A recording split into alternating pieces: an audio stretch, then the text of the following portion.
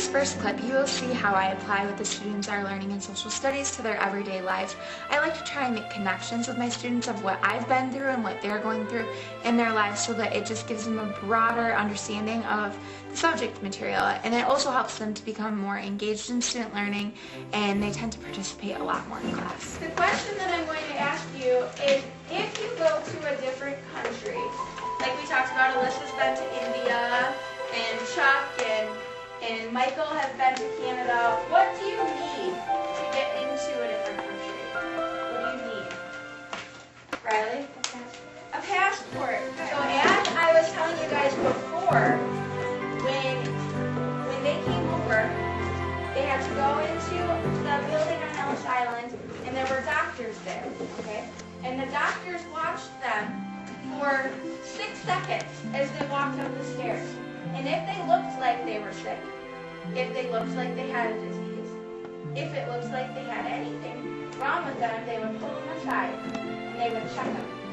And if they were sick, they would send them right back where they came. You've ever had pink eye before? Okay, I've had pink eye, okay? And if you came over to the United States for pink eye, on every single person, they took a button hook and they pulled down their eyelid. The doctors did. And if it looked like they had pink eye, they sent them right back, because now pink eye, you can get drops for pink eye and it will fix it right away, right, in a couple of days. Back then, there wasn't a cure for pink eye. It was uncurable. So pink eye was spreading. 7 million people lived in New York City, making it the largest city in the world at the time. Okay, think about this. Listen to what it said. Look at that picture of the streets of New York City. About how it would be to have as many as 20 people living in 2 rooms of an apartment. Think about that. Think about adults and children worked. The children, they say children worked 14-hour shifts in a factory. So children your age worked 14-hour shifts in a factory. So what is life like as an immigrant? You can tell me. Raise your hand. Describe. What is life like as an immigrant? Michael? Horrible, disastrous. Horrible, disastrous. What other words can we think of? Lauren? We have to work very hard to live in just like an apartment. You have to work very hard to just live in an apartment, Cassidy. It's tough. This next clip shows both a transition and the use of technology in the immigration lesson. All right, what we're going to do now is I'm going to move you guys over to the computer, and we are going to watch a short video clip about Ellis Island. So I'll dismiss you row by row. The first people that I dismiss, why don't you guys have a seat on the ground around the computer? So this side of the room, why don't you come have a seat down here? Right down here. I'm going to turn the computer on. Have a seat. And then the rest of you can come stand around here.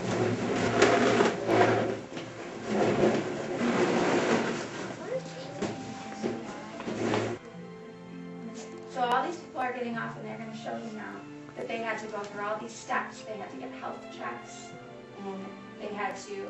In this clip, the students had a lot of questions about the directions for the writing assignment. So I went over the directions once more again for them in a different way so that I could use time more efficiently. Let me re-explain the directions. All you have to do is read this little paragraph, okay? The school has had a few frills. The school day began with a pledge of allegiance. Keep reading it. This is going to explain what it's like in schools back then. And then you think about how it's like in school now. And then you have to write about it. Make sense? This class is usually fairly on task, but the next few clips show a few redirections, both verbally and non-verbally, using cues such as proximity and a slight tap on the desk and a verbal cue of their name to remind them to quiet down. Raise your hand. Charles? They come back after. Yeah, everyone's going to read, actually. 2 sentences. We're going to do 2 sentences. We're going to go around in a circle, and when we get to Chuck, I'll ask some questions, and we'll go back around the circle, okay?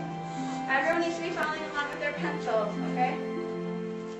Nearly 9. Describe to me what's unique about New York City. The ships come there. Just started reading a little bit about it. You ready?